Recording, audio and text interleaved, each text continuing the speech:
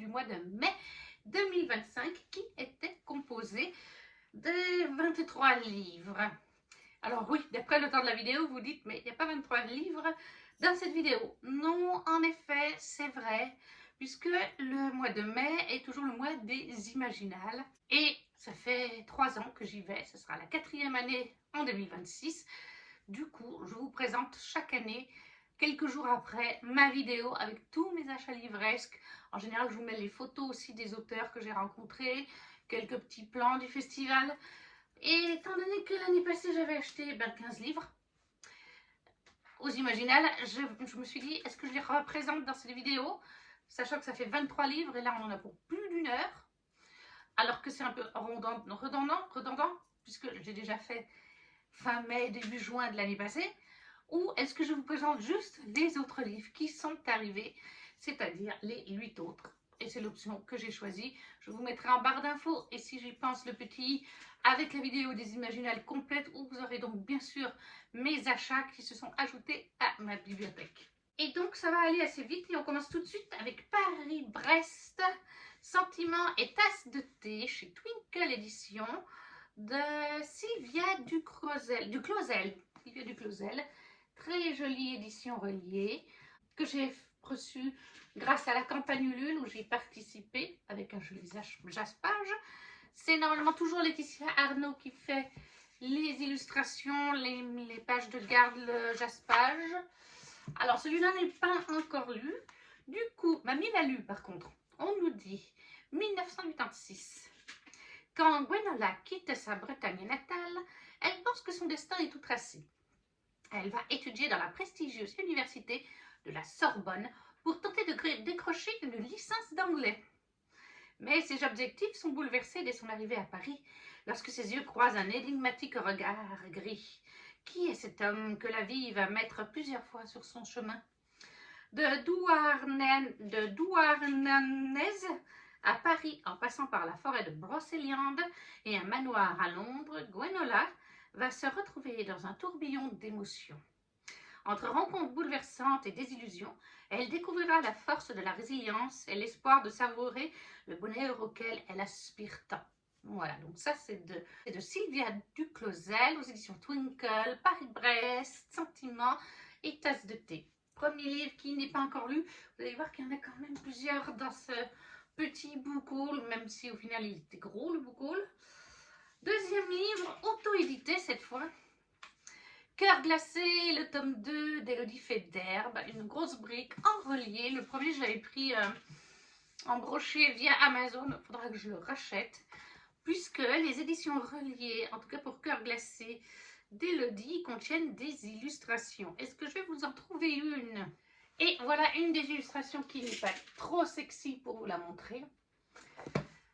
Donc ça, je crois que en tout cas dans les versions Amazon, il n'y a pas. Donc c'est pour ça que je vais racheter parce que c'est une duologie que j'ai lue et pépite. Alors c'est une duologie, mais vous n'êtes pas obligé de lire le tome 1 qui est un MM si vous n'aimez pas ça. Là c'est du FM, donc romance classique. Par contre les deux tomes tournent autour de l'univers du patinage artistique. Dans ce tome 2, on suit en fait Fragancia. Donc on nous dit, depuis la maternelle, Fragancia et Rich s'entendent comme le feu et la glace.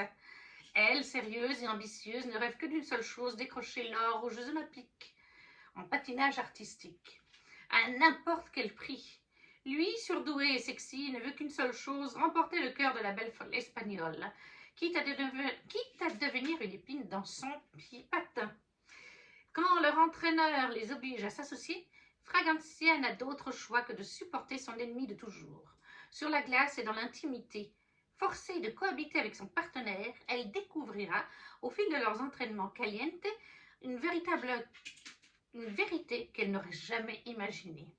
Et si Rich avait toujours été son plus grand soutien, même dans l'ombre, et si Rich était le seul à pouvoir dégeler son cœur de glace. Donc lui, il est déjà lu, en plus, c'est un énorme coup de cœur pour la duologie dans son entièreté. Cœur glacé, le tome 2 d'Élodie Faidherbe en auto-édité, que vous pouvez tout à fait lire de manière indépendante si le tome 1, le tome MM, Relation entre hommes, ne vous intéresse pas. Après, c'est juste dommage parce que vous n'avez pas certaines choses qu'on découvre un petit peu dans le tome 1 du point de vue de Rich, que le héros du tome 1 va découvrir. Vous le découvrez plus tard dans ce tome-là, alors que si vous allez dans l'ordre, vous savez ces petites choses. Mais voilà, ça c'est une petite pépite, je ne vous en ai pas encore parlé, il faudra que je le fasse un de ces jours. Ensuite, on avait la bibliocoffre qu'on a reçue, qui était Contrer les brumes de Léa Muna. Le tome 1, donc c'est chez Bibliocoffre, et je crois que l'édition c'est de Scrinéo. Voilà, on avait une petite carte comme d'habitude. Je vais vous présenter un peu l'objet livre. Sous la jaquette, il n'y avait rien. Il se présente comme ceci. Donc ça représente des champignons et une potion, je dirais. Et derrière, un tas de potions. Il est très joli. Malheureusement, celui-là n'est pas encore lu. Et pourtant, il me fait très envie. Le jaspage. Le derrière, on a une espèce de masque quand il y avait les masques de la peste. Oui, c'est le cas de le dire. Et d'ailleurs, c'est marqué peste, soie et les brumes. La page de garde se présente comme ceci. Très joli. Et derrière, ce n'est pas la même. En général, avec Bibliocoffre, il y a 2 pages de garde différentes. En plus, le pire, c'est qu'il me fait très envie et je ne l'ai toujours pas lu.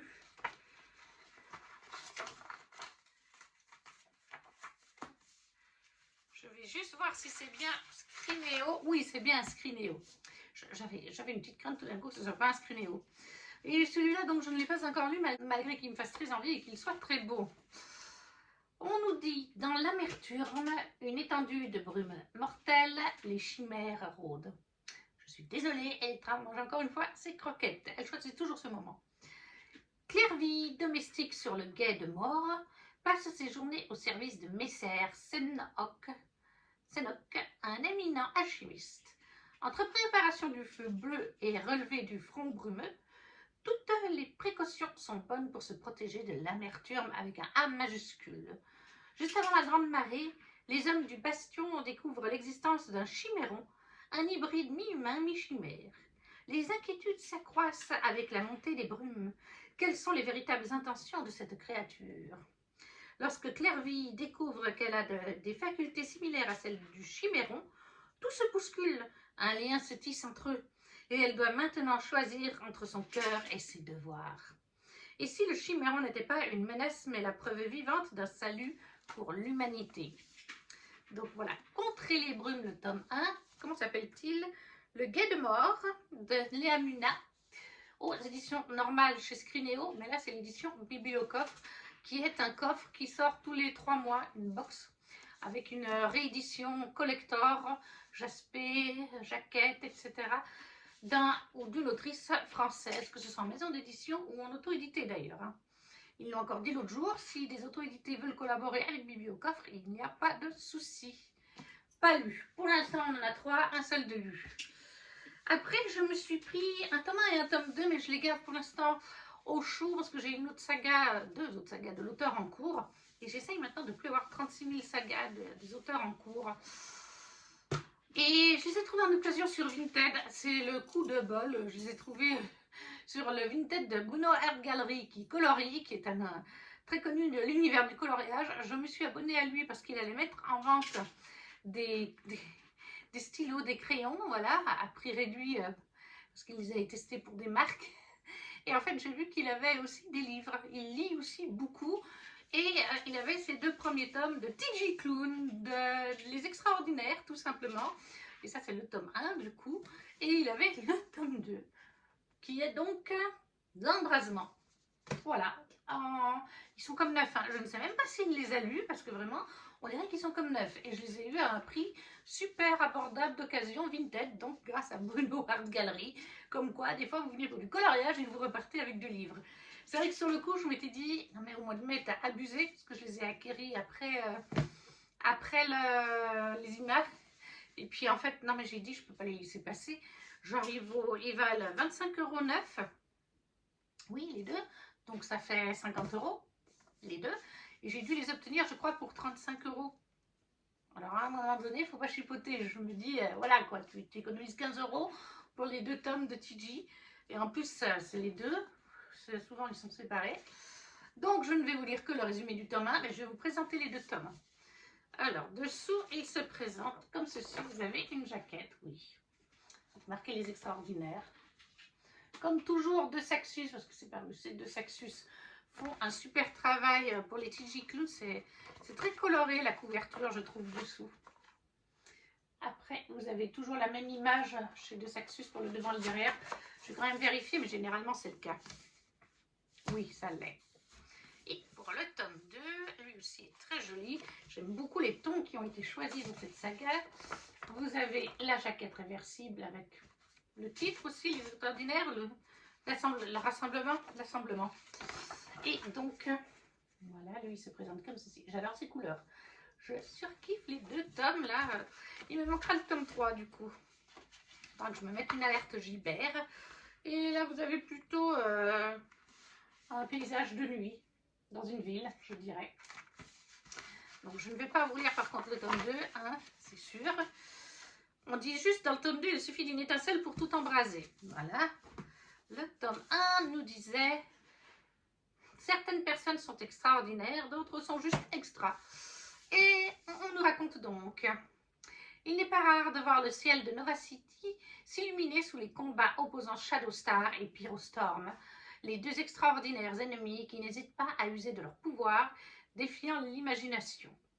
Dans les rues de la ville, guettant la moindre de leur apparition, dans l'espoir d'une rencontre, se trouve Nick, un jeune homme atteint de troubles déficit de l'attention avec hyperactivité.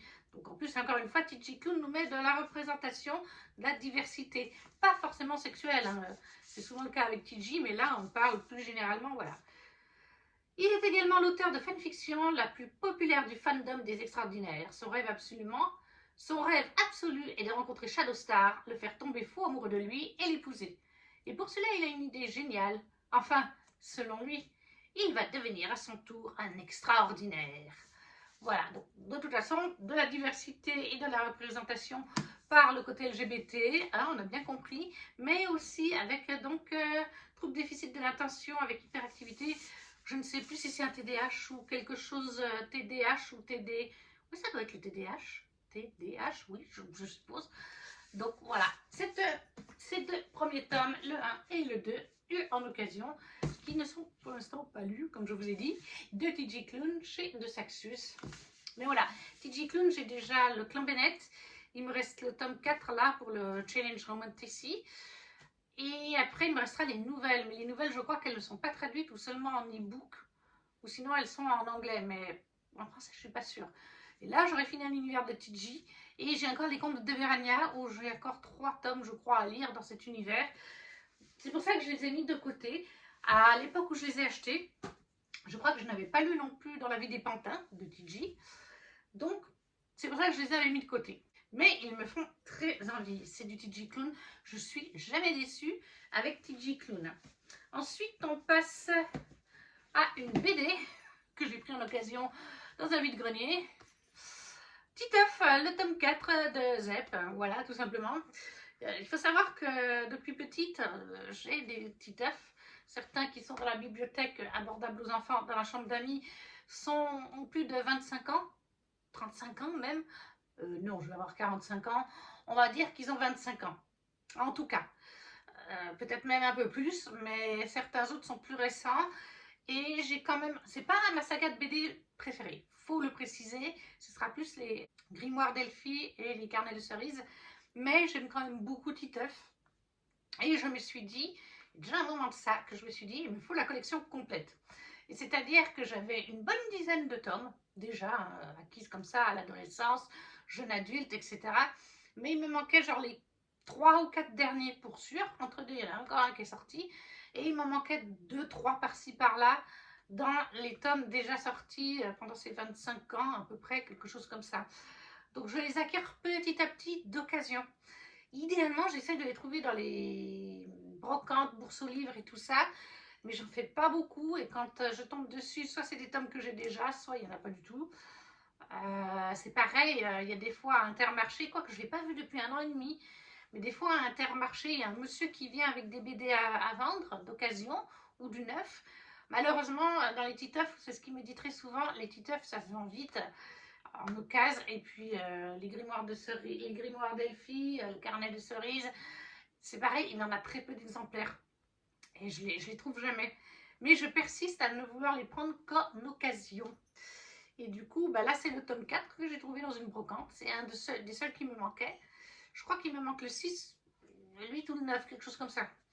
Je pourrais commencer parce que, idéalement, ce que je veux faire, une fois que je les aurai tous, ou que j'aurai en tout cas les 12 premiers, mais là, je sais qu'il m'en manque un ou deux dans les 12 premiers quand même, c'est que je voudrais les relire un par mois, tout simplement, pour me replonger dedans. En tout cas, ils font plaisir aux enfants du travail, puisque quand ils viennent dormir à la maison une fois par mois, ils se lisent toujours un, deux ou trois titeufs selon le temps que je leur accorde. Ils adorent les titeufs, ils en ont aussi chez eux, mais ils ne les ont pas tous. Donc moi qui en ai les trois quarts, ben, ils sont bien contents de pouvoir me les emprunter. Voilà, titeuf, c'est pour juste de ZEP. En plus, c'est un auteur suisse, je suis suisse, je vous le rappelle. C'est chez Dupuis, non, chez Glénat, pardon. Alors ça, il n'est pas lu non plus. Et il nous reste les deux livres en anglais de chez Fairyouth. On commence avec Broken Souls on Bonds de F.J. Andrews. C'était le Romantasy, oui c'est ça, c'était le Romantasy Book du mois de mai. Il est plutôt joli, j'aime bien ses couleurs. Le jaspage, voilà, là c'est comme ça c'est des petites fleurs. Et là il y a surtout un très joli loup. Il me donne bien envie celui-là quand même.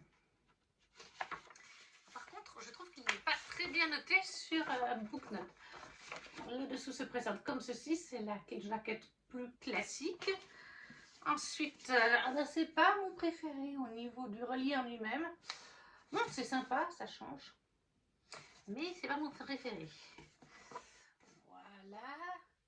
L.J. Andrews, elle est traduite en français. Je crois que c'est chez Corrigan qu'on la retrouve, avec plusieurs de ses titres. Et donc là, mais celui-là n'est pas traduit en français. J'ai bien regardé encore actuellement. Ce n'est pas le cas. On va aller voir les mots-clés. Et du coup, on va aller regarder un petit peu le résumé parce que là, il est grand. On va aller voir ça. J'ai préparé à l'avance. Voilà, donc les mots-clés, c'est fantasy, ennemi à amant, proximité foncée et romantasy.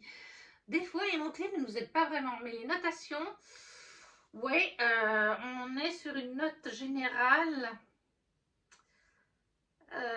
Scénario 7 à peu près, un peu en dessous de 7. Écriture pareil, donc les notes sont pas fameuses sur la toile de Booknote pour celui-là. Et là on nous dit ensemble ils vont restaurer un royaume divisé ou le brûler entièrement. Dans cette nouvelle romantésie de l'autrice best-seller, TikTok, etc., L.J. Andrews. Lira bien, d'accord. C'est en anglais hein, dans le texte, mais c'est Lyra, L-Y-R-A, plus loin, bien, B majuscule, I-E-N. Donc Lyra, c'est le prénom, bien, c'est le nom. Mais voilà, en français, ça donne Lyra bien. Petit jeu de mots, je pense, de l'autrice avec la langue française. Lyra bien, ou Lyra bien, tente de vivre une vie tranquille et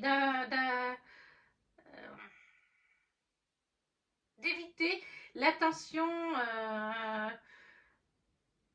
du roi magique qui est l'attention du roi magique qui est obsédé dans la forteresse de Stonegate jusqu'à ce que Roark Ashwood, le silencieux garde du prince, est le tueur présumé que la rumeur veut de la couronne, envahit son village et découvre la vérité sous les cicatrices silver, sous les cicatrices d'argent dans ses yeux, enfin oui, dans ses yeux.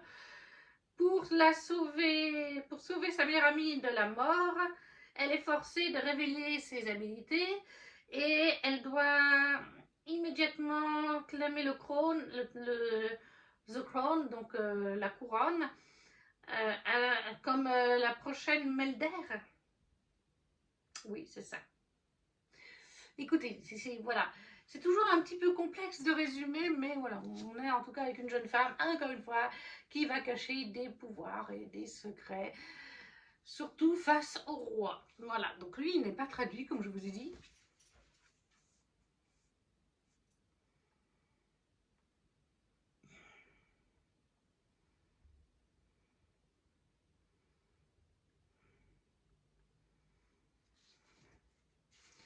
Et je ne pense pas qu'il le sera, mais c'est elle qui a fait la guerre des royaumes chez Corrigan. Le royaume éternel, toujours chez Corrigan. Et je ne sais pas si elle n'a pas été annoncée là chez quelqu'un d'autre, genre chez Bookmark. Non, je me trompe, mais voilà, elle a déjà été traduite en France. Peut-être que vous avez déjà lu certains de ses romans. Donc Broken, Souls and Bonds de L.J. Andrews, le Thomas en édition Fairyloot, donc en anglais. Lui non plus n'est pas encore lu, tout simplement. J'essaye d'avancer mes sagas aussi en anglais. Et le dernier, c'est The Floating World de Xio. Et lui, je sais qu'il est traduit en français. Mais je préfère encore une fois, 1000 fois, l'édition Fairyloot, même s'il est très joli en français. Mais j'adore les temps choisis pour ce livre. Juste page en haut et en bas et tout simple. J'aime beaucoup les petits oiseaux. Je vous les remonte de près. Sous la jaquette, il se présente comme ceci. Ça doit être la version plus classique du roman. Dessous, il se présente comme ceci. J'aime beaucoup, encore une fois, vraiment les couleurs choisies.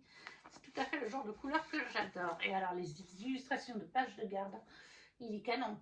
Ah, il est canon. Les couleurs, c'est totalement ma vibes. Et du coup, comme il existe en français, je vais aller vous dire quelle maison d'édition et surtout traduire directement. C'est dur. C'est quand vous devez m'écouter comme ça, vous devez vous dire, mais est-ce qu'elle comprend ce qu'elle lit? Le pire, mais je vous l'ai dit dans mes avis lecture, oui, je comprends. Il y a certains, ça dépend de l'écriture de l'auteur en anglais, mais la plupart du temps, je comprends 95% de ce qui se dit. Entre 90 et 95%. Ça peut arriver des fois que ce soit plutôt du 80-85%, que je dois relire une ou deux fois une phrase ou un passage, mais c'est hyper rare, donc c'est quand même la preuve que je... Mais c'est dur de faire un travail de traduction. De toute façon, je vois bien, même Nina, quand elle résume un livre qu'elle reçoit, si elle ne le connaît pas du tout, on voit bien qu'elle regarde et qu'elle cherche les mots. Elle-même le dit, c'est hyper dur de traduire de l'anglais en français. Surtout quand on le fait comme ça en live sur sa vidéo. Si encore je prenais le temps avant, et c'est vrai que je ne le fais pas, si je prenais le temps d'aller traduire phrase par phrase, de m'aider peut-être avec Google quand ça ne va pas, et de lire une ou deux fois mon petit texte. Mais alors je vous avoue que je n'ai pas le temps de faire ça.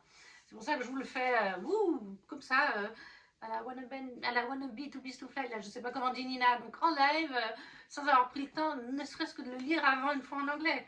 Et donc forcément je suis... Mais oui, je comprends ce que je lis, je vous le garantis. Et donc en français, il est sorti chez Lumen, c'est ce qui me semblait. On nous dit les mots-clés, c'est fantasy, famille, magie, young adulte, conte asiatique, littérature asiatique. Oui, je pense qu'on a compris qu'on était dans de l'asiatique en l'occurrence. Je sais pas si c'est... Non, c'est pas un one-shot. J'allais dire, est-ce que c'est un one-shot? Mais non, je vois qu'il y a une suite. Pour ceux qui sont nés sous des étoiles contraires, le destin est en marche. Voilà 10 ans que Reine a dû fuir les siens et qu'elle a été recueillie par une troupe d'artistes itinérants. 10 ans pendant lesquels elle a dû dissimuler ses aptitudes magiques pour ne pas attirer l'attention. 10 ans pendant lesquels elle s'est forgée une nouvelle vie qui se voit réduite à néant le jour où, attaquée par un démon en plein spectacle, la jeune saltimbanque libère son pouvoir sous la forme d'une lumière qui passe tout sauf inaperçue. Bientôt, tous les mercenaires de l'Empire sont engagés pour la retrouver. Sun Ho, un ancien soldat devenu chasseur de primes, après s'être réveillé sans aucun souvenir de son passé, il y a 2 ans de ça, participe à la traque. Mais l'enjeu est tout autre pour le jeune homme qui cache un terrible secret, car cette quête pourrait enfin lui apporter les réponses qu'il cherche sur sa propre identité. Alors, quand les chemins de Rennes et de Suno finissent par se croiser, c'est sans savoir que leurs destins sont bien plus liés qu'il n'aurait pu l'imaginer. Après la fiancée du dieu de la mer, Axio imagine une duologie qui fait de nouveau la part belle au folklore coréen précisément, un univers fascinant où même dans le noir le plus total brille toujours une lumière. Et cela me donne très envie aussi, que ce soit par le livre ou son résumé. Donc Axio, The Floating World de l'édition Fairyloot, tout simplement, très joli, mais qui n'est pas lu, lui non plus, vous l'avez compris.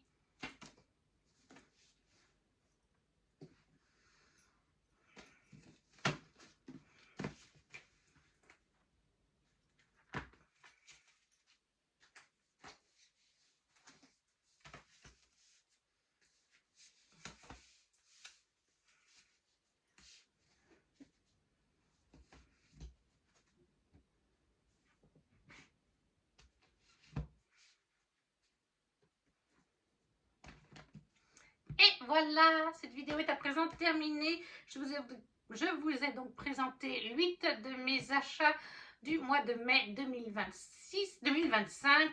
Les 15 autres sont donc dans la vidéo des Imaginales que je vous aurais mis un petit peu partout pour que vous puissiez aller les voir. N'hésitez pas à me dire si vous avez lu certains de ces livres, si vous font envie, si vous ne savez pas quoi mettre, le petit emoji qui soutient la chaîne comme le petit pouce, à partager si le cœur vous en dit, à vous abonner si ce n'est pas déjà fait. Et nous, on se retrouve très vite pour une prochaine vidéo. Ciao, ciao!